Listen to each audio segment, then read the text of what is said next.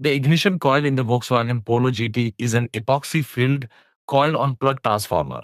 It converts the vehicle's 12-volt supply into two high voltage, which is sent directly to the spark plugs, creating a reliable, high-energy spark to ignite the compressed fuel-air mixture in the cylinders.